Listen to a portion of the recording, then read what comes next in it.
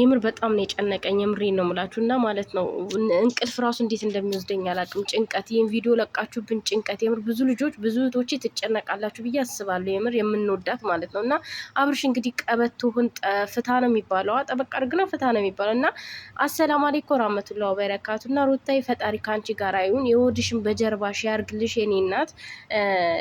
እንደ ጓጓሹ ልጅሽን ደግሞ በእጅሽ ያሳይሽ ማለት ነው። ያው ከባድ ነው ምጥ ማለት በህይወትና በሞት መሀል ሆናችሁ እንትን የምትሉት ነው የምታሳልፉት ነገር ነው። እና ፈጣሪ ካንቺ ጋር ይሁን። ደስተኛ ስቀሽ ደግሞ እንደዚህ ፏ ብለሽ የምትመጪ ያድርግሽ የኔ ውድ እና ማለት ነው። አብርሽ መጨረሻ ላይ አስቆኛል። እኔ እሱ ምጥ ያዘው መስሎኛል ማለት ነው። እና ሙቁን ሲጠጣ ምናምን ብቻ ያው የጭንቀትም ሊሆን ይችላል። እና ብቻ እኔ እንጃ ምን ልበላችሁ፣ በጣም ነው የጨነቀኝ። የምር ነገ እንዴት ነው የሚነጋው? ከዛ በኋላ ደግሞ ውሎውን አስባችሁታል? መዋሉን በጣም ነው የሚጨንቀው የምር።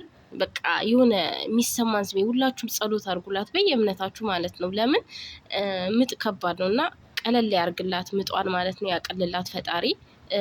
አክፋ ከልጇ ጋራ የምናያት ያደርገን በሰላም ምንም ነገር ሳትሆኝ በሰላማዊ መንገድ ወልደሽ ስቀሽ ተደስተሽ ከልጅሽ ጋር የምናይሽ ያደርገን። እንግዲህ ነገ ቪዲዮ ይለቁልናል ብዬ ተስፋ አደርጋለሁ። አንዳንድ ጊዜ ላይ ለቁም ይችላሉ፣ ግን በቃ ማለት እኔ እንጃ ይለቃሉ ብዬ ተስፋ አለኝ ማለት ነው። ብቻ እኔ በጣም ነው የጨነቀኝ። የምሬን ነው የምላችሁ። በጣም ሳያት ራሱ በቃ እኔ ምን ልበላችሁ የሆነ የሚሰማችሁ ስሜት አለ እኮ እና በጣም ነው የጨነቀኝ።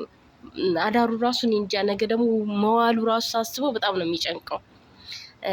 ያው ማለት የሰው ልጅ ከሆናችሁ ለሰው ልጅ በጣም ያው የሰው ልጅ ሰው የሆነ ሁሉ ያስባል ማለት ነው። እና በጣም እኔ እንጃ ግራ ነው የገባኝ። ነገ እንደገና ዛሬ እንደዚህ ያሳዩን፣ ነገ ደግሞ ስንጠብቅ አድረን ነገ ደግሞ ስንጠብቅ ፈጣሪ በሰላም ያሳድረን። አንቺም ወልደሽ የምናይሽ አድርገን። አንቺ ብቻ ሰላሙኝ ውዴ። ፈጣሪ የሆድሽን በጀርባ